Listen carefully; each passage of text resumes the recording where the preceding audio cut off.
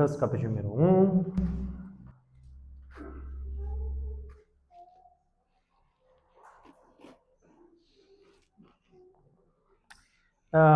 Verso 39. Lucas, capítulo número 1, verso 39. Vamos ainda agora fazer mais uma oração, rogando para que Deus nos dê graça.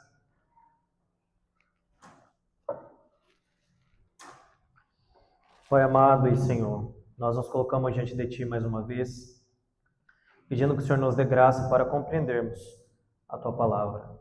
Que ela nos seja alimento nessa manhã, que ela nutra as nossas almas, a fim de que possamos, ó Pai, viver uma vida que glorifique ao Senhor, dentro do nosso leito familiar. Eu oro a Deus pedindo que o Senhor me dê sabedoria, direção, clareza, humildade, e tudo aquilo que for necessário, Deus, para que a Tua igreja compreenda a Tua palavra. Que o Teu Santo Espírito também possa abrir mentes e corações nessa manhã, a fim de que a boa semente aqui lançada possa cair em bom solo e ali produzir frutos, e frutos que permaneçam, para que o Teu nome seja glorificado. Ó Deus, eu oro para que as mães, os pais e os filhos aqui presentes, eles possam compreender essa questão bíblica e que ocupa também o teu coração. De maneira, ó Deus, que essa data, o Dia das Mães, não seja apenas uma data, mas que ela seja lembrada como uma dádiva e um privilégio dado pelo Senhor. Em nome de Jesus Cristo. Amém. Então, abra sua Bíblia em Lucas, capítulo número 1, verso 39 ao 45. Hoje eu quero meditar com os irmãos sobre a seguinte temática: maternidade. A esperança nasceu em um ventre.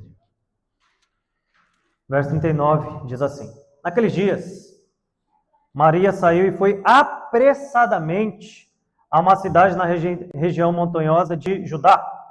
E entrando na casa de Zacarias, cumprimentou Isabel. Quando Isabel ouviu o cumprimento de Maria, a criancinha saltou em seu ventre. Isabel ficou cheia do Espírito Santo e exclamou em voz alta: Bendita és tu entre as mulheres, e bendito é o fruto do teu ventre. Mas por que me acontece isso, que venha me visitar a mãe de meu Senhor? Pois logo que ouviu o teu cumprimento, a criancinha saltou de alegria dentro de mim. Bem-aventurada a que creu que se cumprirão as coisas que lhe foram faladas da parte do Senhor. Até aí. Esse texto é um texto espetacular, é um texto fantástico, né? E, meus irmãos, eu quero começar dizendo que nós vivemos dias de fato estranhos. Dias onde bebês, onde crianças, onde filhos são vistos como um estorvo. Eu sei, todo mundo gosta de criancinha, todo mundo gosta de bebê, todo mundo gosta de filhos no colo dos outros. Eu os amo, mas não para mim. Eu gosto deles, mas em outra família.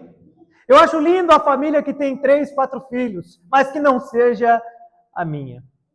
Dias onde a maternidade, irmãos, é tratado como um peso, como um fardo. Onde os filhos são vistos não como uma dádiva de Deus, mas como um obstáculo. Obstáculo para a realização de sonhos, obstáculos para a construção de uma carreira, obstáculo para uma vida de aventuras. Dias onde as mulheres elas são ensinadas a acreditar que o verdadeiro sucesso está atrelado a dinheiro, a status, a independência. De maneira que elas realmente acreditam que abrir mão de filhos é a coisa certa a se fazer. E o tempo passa, e quando elas se dão conta de que estão sendo enganadas, o tempo já passou de tal forma que não tem como, às vezes, corrigir o prejuízo do tempo que foi perdido. Agora, o que a Bíblia afirma no Salmo de número 127, verso 3, é que os filhos, eles são herança do Senhor. Herança. É curioso porque quando você analisa o contexto, a estrutura, a linguística do Salmo de número 127, parece que no meio do Salmo há uma guinada. E o salmista ele passa a falar de outra coisa que aparentemente não tem nada a ver. Então ele começa a falar sobre, olha, inútil vocês construírem uma casa se o Senhor não for aquele que estará à frente. Inútil vai ser vocês vigiar a cidade se o Senhor não for o guarda. Inútil vai ser vocês acordarem de madrugada, dormirem tarde, porque aos seus o Senhor dá enquanto dorme. E então há uma guinada. Ele então introduz esse texto. Herança do Senhor são os filhos, e o fruto do ventre o seu galardão. E feliz o homem que enche a sua aljava deles, porque não será envergonhado no dia da luta, ou que pleitearem a porta. Peraí, ele na primeira parte está falando das 3 coisas que o homem mais busca.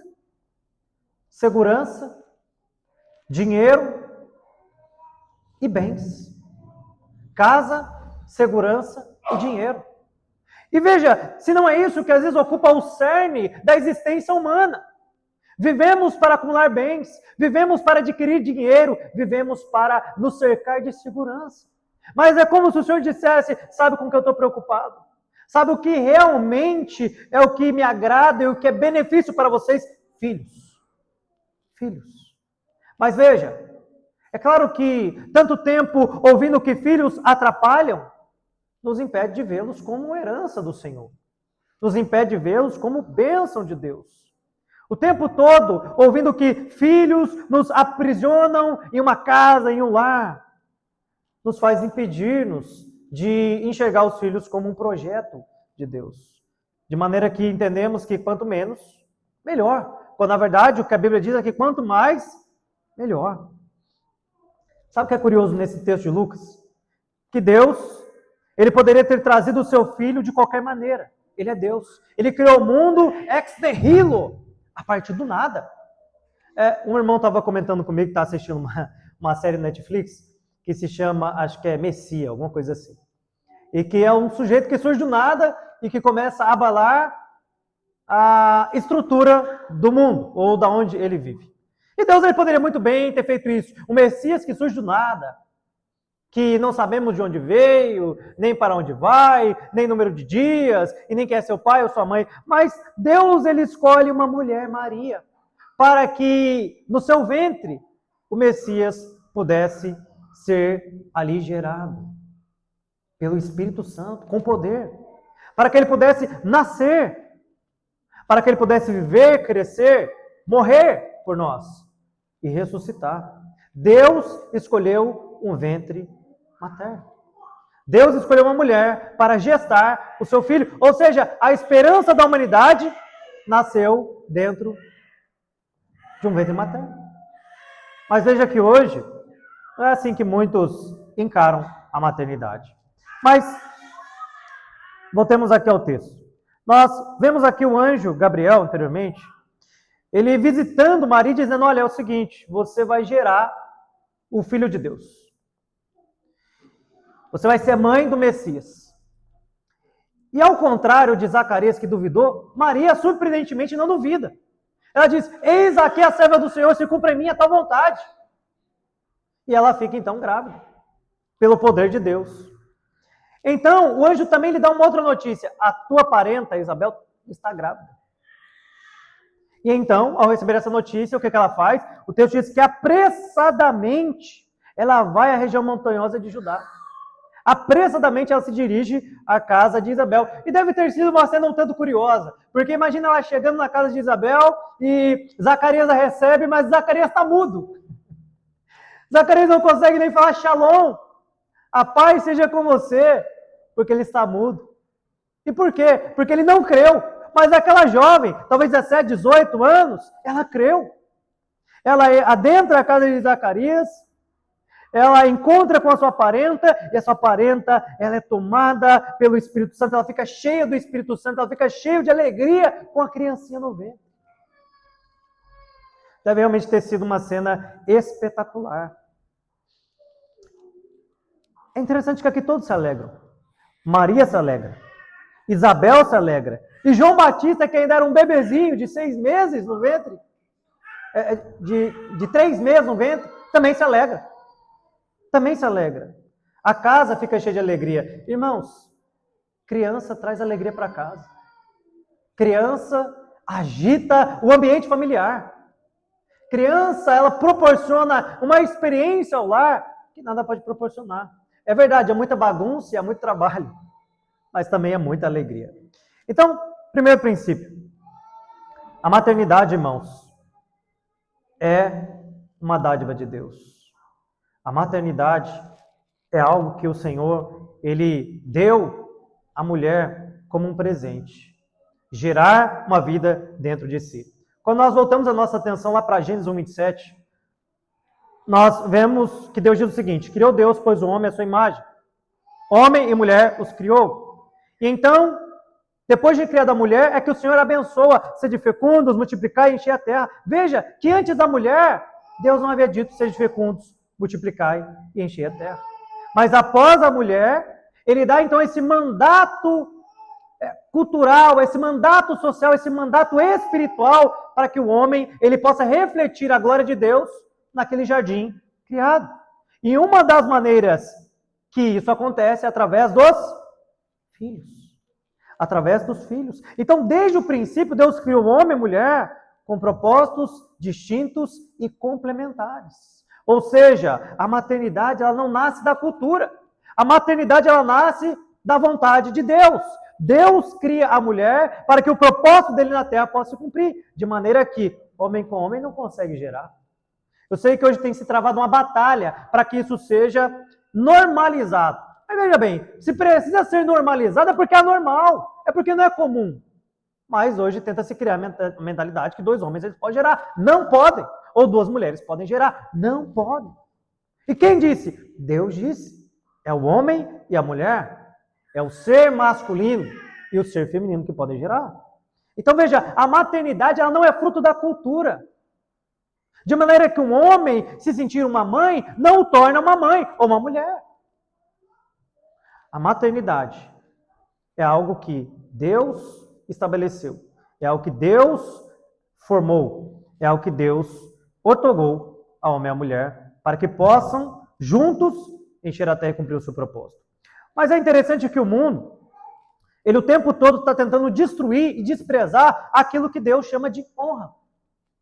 Como isso acontece? Por exemplo, eles chamam filhos de atraso.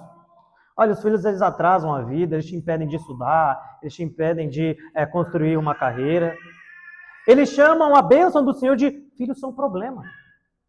Ah, filho dá muito problema, filho dá muito trabalho. Mas, meus irmãos, o que na vida não dá trabalho?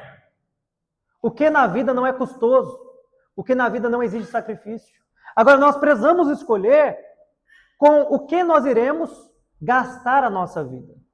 Nós podemos muito bem gastar a nossa vida com coisas que são temporais. Nós podemos muito bem gastar a nossa vida com uma carreira, com bens. Mas o que a Escritura diz é que somente os filhos, eles transcendem o fluxo do tempo.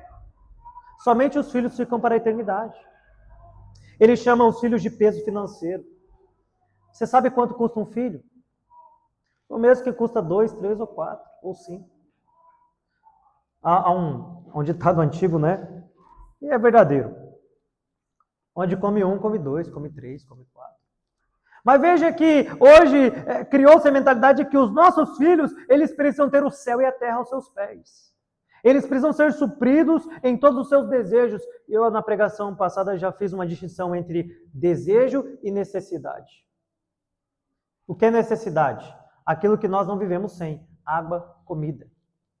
O que é desejo? É tudo aquilo que você deseja, mas você pode ver sem. Carro, casa e tudo mais. No caso dos filhos, brinquedo. Minha filha estava falando, pai, dá um celularzinho para mim de brinquedo. Eu falei, de brinquedo? Dou sim. Aí perguntei para ela, quanto que é? R$180. Não. Não tem como, não é possível. Mas veja que nós nos sentimos até acusados se nós não conseguimos suprir os desejos fantasiosos de nossos filhos. Mas o que é necessário é que eles sejam educados no caminho do Senhor. Mas veja o que chamam os filhos de peso financeiro. Ou até mesmo, alguns aos extremos de impedimento de se viver. Eu sempre aqui tenho jovens, né, para aconselhar.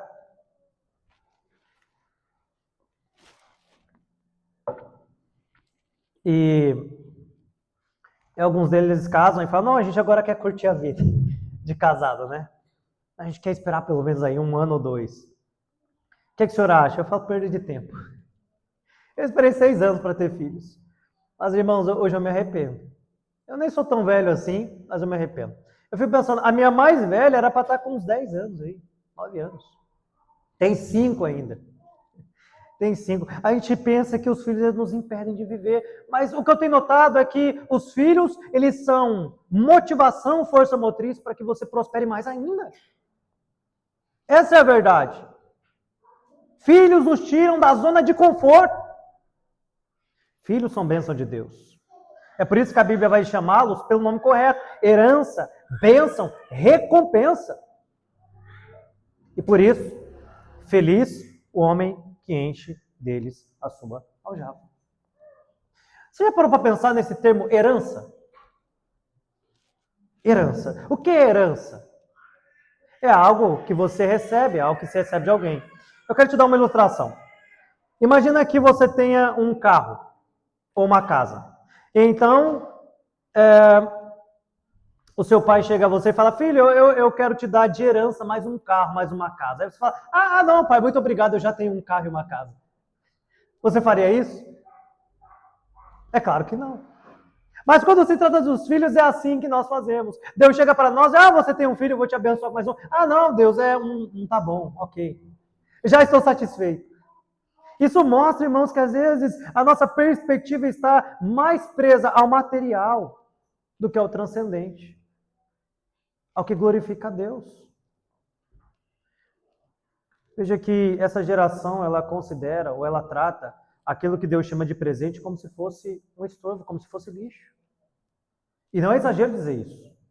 Quantas crianças são achadas literalmente no lixo? As mães a têm quando não os matam e os colocam no lixo. Então Satanás, irmãos, ele sempre tentou atacar a vida. Lembra lá no Egito? Ele vai e manda matar todos os bebês hebreus masculinos. No tempo de Jesus, Herodes também manda matar todos ali, todas as crianças. E hoje a cultura é a mesma coisa. A cultura, ela combate a família. A cultura, ela combate o casamento, a maternidade. O aborto já é algo que é normalizado. O diabo, irmãos, ele odeia tudo aquilo que reflete a Deus. E essa cultura, ou esse sistema, ou o mundo ainda, é inimigo de Deus. Eles odeiam o que Deus ama. Agora, o curioso é que só existem 2 seres que odeiam crianças: demônios e feministas. Eu estava vendo uma entrevista assim, e tem coisa que eu não gosto de ver, mas cai ali no meu colo, eu acabo vendo, e depois me arrependo de ver. Mas uma mulher dizendo que tinha prazer em abortar. Outra que dizia em um protesto feminista, eu quero matar bebês. Isso pode parecer um absurdo, mas é o que tem acontecido na cultura vigente. Agora você diz, poxa pastor, mas aqui nós estamos falando da igreja. Tudo bem, você pode até não ter coragem de matar uma criança no ventre. Você pode até não ter coragem de ir a um protesto desses. Mas você adere a todos os conceitos que eles ensinam. Conceitos antinatalidade, conceitos antifilhos. Então, segundo, Maria nos ensina, irmãos, que a maternidade é serviço. É serviço e podemos dizer também que exige humildade. Humildade. Então veja que Maria, apressadamente, ela vai a uma cidade da região montanhosa de Judá. Então Maria, ela carregava o Filho de Deus na sua barriga, no seu ventre. Mesmo assim, o que ela vai fazer? Ela vai servir Isabel.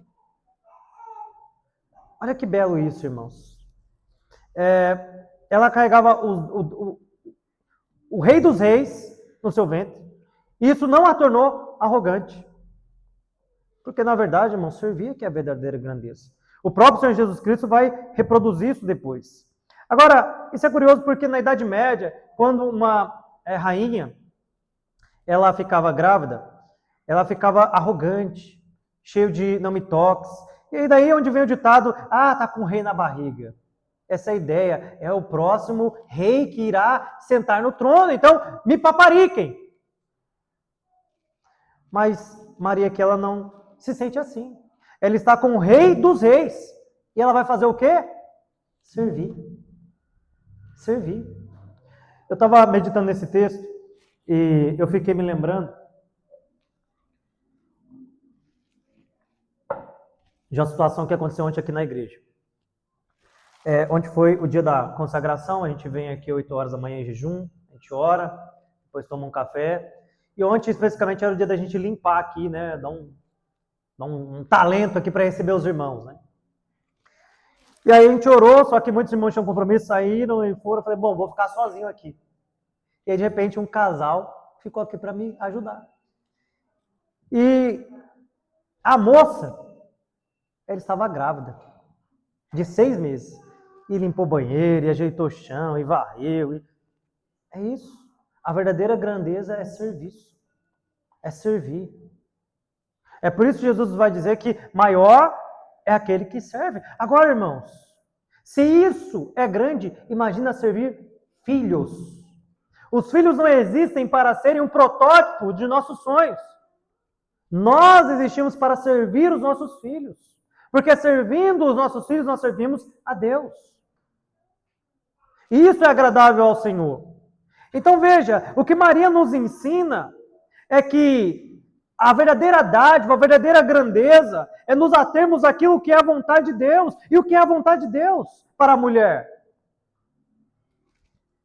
Maternidade. Agora, maternidade, irmãos, é um sacrifício invisível. Ninguém vê. Ninguém vê esse tipo de coisa. Pelo contrário, esse mundo nem considera a maternidade como algo grandioso. Quem vê aquela mãe que dorme pouco? Quem elogia isso? Aquela mãe que chora escondido? Aquela mãe que está cansada? Aquela mãe que abriu mão de um corpo esculpido para gerar filhos?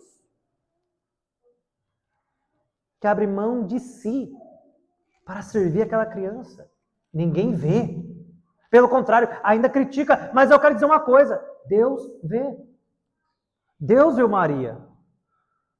Eu fico pensando, né? Maria, acho que tem 2 extremos. O primeiro extremo é a mariolatria. É adoração, veneração de Maria. Agora, outro extremo é nós não olharmos para Maria como um exemplo de mulher que ela foi. E não era uma mulher de 30 anos, 40 anos. Era uma jovem, 17, 18 anos provavelmente. Mas uma serva do Senhor. A ponto de ser escolhida por Deus. Certamente era uma mulher piedosa. Mulher que amava a Deus. E que foi escolhida pelo Senhor para poder gerar o Messias. Agora, o mundo ele não aplaude a maternidade. O mundo até gosta do Dia das Mães. Eles postam lá, aí tem tema. Mas o que é a maternidade? O que está no âmago da maternidade, o mundo odeia. Eu vou dizer uma coisa, muitos crentes também. Não tem palco. Quase nunca alguém vai aplaudir uma mãe que levantou de madrugada para cuidar do seu bebê, que levantou de madrugada para levar ele no hospital e lá ficou, no outro dia chegou de manhã, trabalhou o dia inteiro. Quem aplaude isso? Ninguém. Mas eu quero dizer uma coisa, Mateus 6,4 vai dizer que o teu pai que te vê em secreto te recompensará. Deus que te vê em secreto vai te dar a recompensa, porque filhos são bênçãos. Filhos agradam a Deus. Terceiro, a Bíblia nos ensina, irmãos, então, que a vida ela começa aonde? No ventre. Isso pode parecer meio óbvio, né? Olha o que Isabel exclama, verso 42. E exclamou em alta voz, bendita és tu entre as mulheres, e bendito é o fruto do teu ventre. Isso pode parecer óbvio, mas em nossos dias. Nossos dias, o embrião no ventre é considerado um amontoado de células. Não é vida. E por isso eles acham que podem trucidar aquela criancinha ainda ali no ventre de sua mãe. Agora, para o homem moderno, uma bactéria em Marte é o quê? Vida. Um ovo de tartaruga, se você quebrar ou fazer qualquer coisa, é prisão. De siriema. Se você quebrar um ovo de siriema ou fazer algum mal, prisão. Inafiançável. Agora, matar uma criança no ventre? Use e abuse. Afinal, meu corpo, minhas regras. Dizem as feministas. Mas Jesus estava aqui no ventre.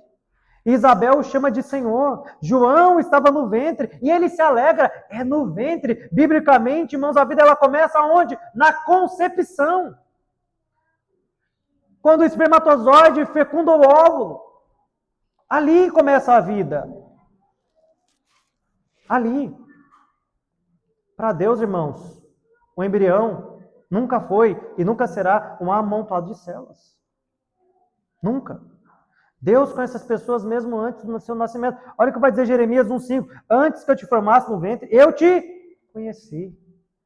Olha o que diz o Salmo 139, verso 16. Os teus olhos viram meu corpo ainda informe.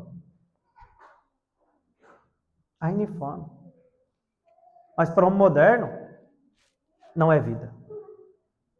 Muitos olham para esse bebê, que ao terceiro mês já tem todo o seu sistema nervoso e o seu coração batendo, e dizem, não é vida. Mas, observe, eles comemorarão o Dia das Mães. Eles são loucos, são incoerentes. Cada criança, irmãos, carrega dentro de si potencialidades, atributos dados por Deus. Por exemplo, João, ele tinha um propósito, ele era aquele que seria o precursor do caminho. Jesus tinha um propósito. Ele veio e morreu em nosso lugar e ressuscitou, e está à destra do Pai, e voltará. E os nossos filhos também carregam, irmãos, um propósito. Você nunca sabe o que vai vir a ser o seu filho. Talvez um futuro pastor, pregador do Evangelho, um missionário, um homem de Deus, alguém que vai ser um instrumento do Senhor para mudar algo na nação, ou simplesmente um servo de Deus que vai transformar a vida do seu lar pelo exemplo cristão. Isso não é maravilhoso? É claro que é. É claro que é. Quarto princípio. A sociedade trocou filhos por carreira.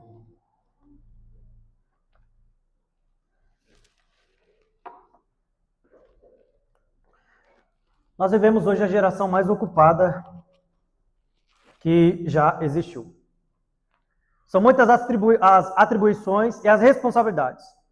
Mas em contrapartida, vivemos também a geração mais vazia que já existiu. Mais depressiva, ansiosa, angustiada, que já existiu. E por quê? Porque nós somos ensinados, ou as mulheres são ensinadas, a construir uma carreira, mas elas não sabem construir uma família, um lar. E aí, por algum motivo cultural, se casam. E quando se casa, tá ruim. É um problema. Agora, o sucesso ele vale mais que a presença materna? Eu já fui em alguns velórios, gente velha, gente nova.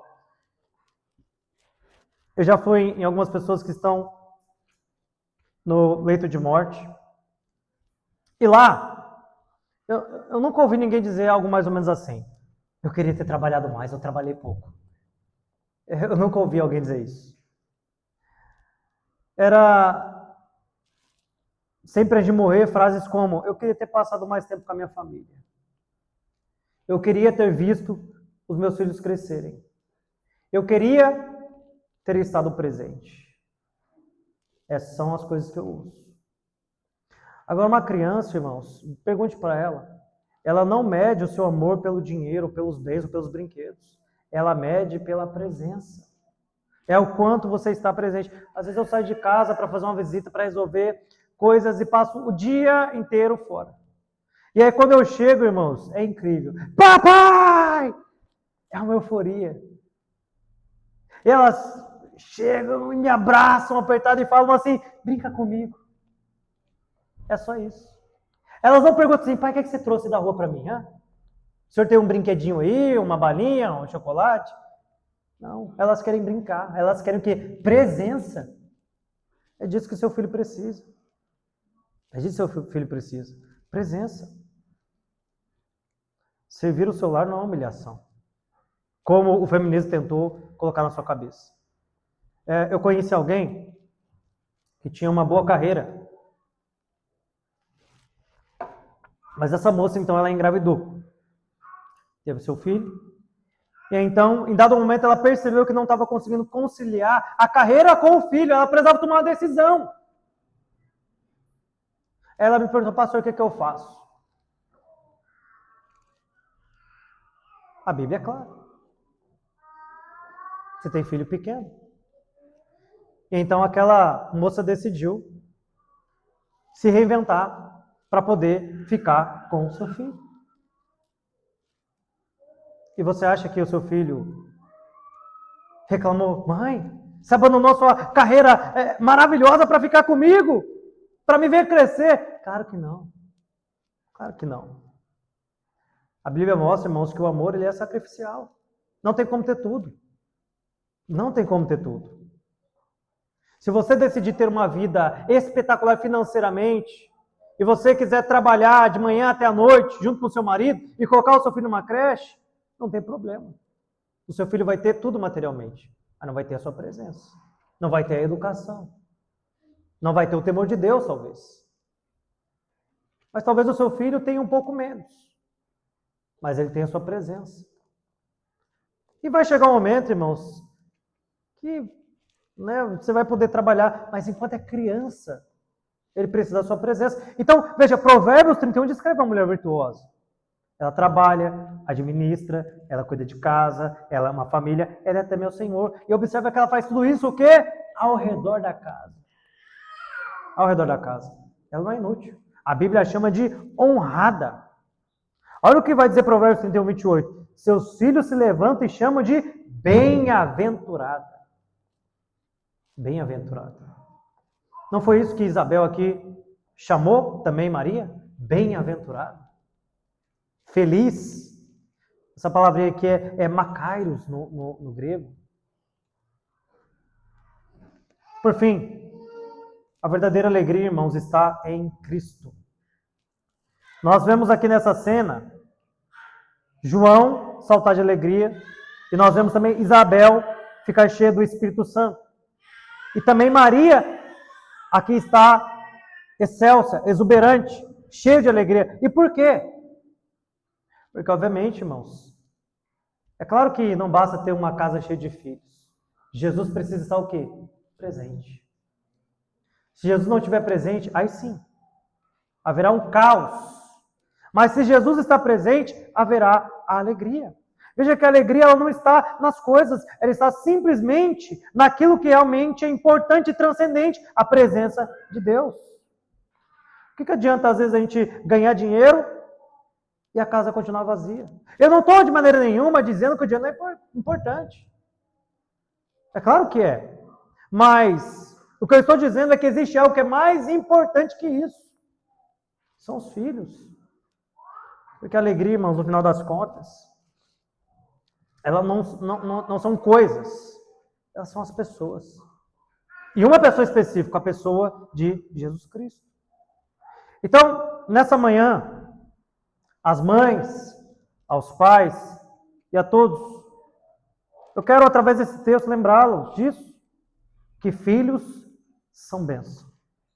E eles continuarão a ser bênção, mesmo que todos digam que não o são. Eu quero dizer que casamento é uma bênção. E ele continuará sendo uma bênção. O casamento entre um homem e uma mulher. E é claro que esse cordão, ele só está completo quando há Jesus Cristo ali no meio. Quando há o Senhor trazendo verdadeira esperança ao lar. Então, minha irmã, que você possa permanecer firme. Eu sei que às vezes é laborioso o cuidado, mas não esmoreça em cuidar da sua casa, em orar pelos seus filhos, em ensinar, em se sacrificar, em chorar por eles. Não se prenda aos aplausos, porque esse mundo não irá te aplaudir. Esse mundo não irá te reconhecer. Mas eu quero dizer, Deus reconhece. Maria aqui ela foi chamada de bem-aventurada porque creu. Então creia. Creia que Deus ele vai supri-la. que Ele te dará as condições necessárias, que Ele não deixará faltar o pão em sua casa, que Ele irá te trazer alegria sobre modo excelente através da missão materna. Amém? Vamos nos colocar de pé?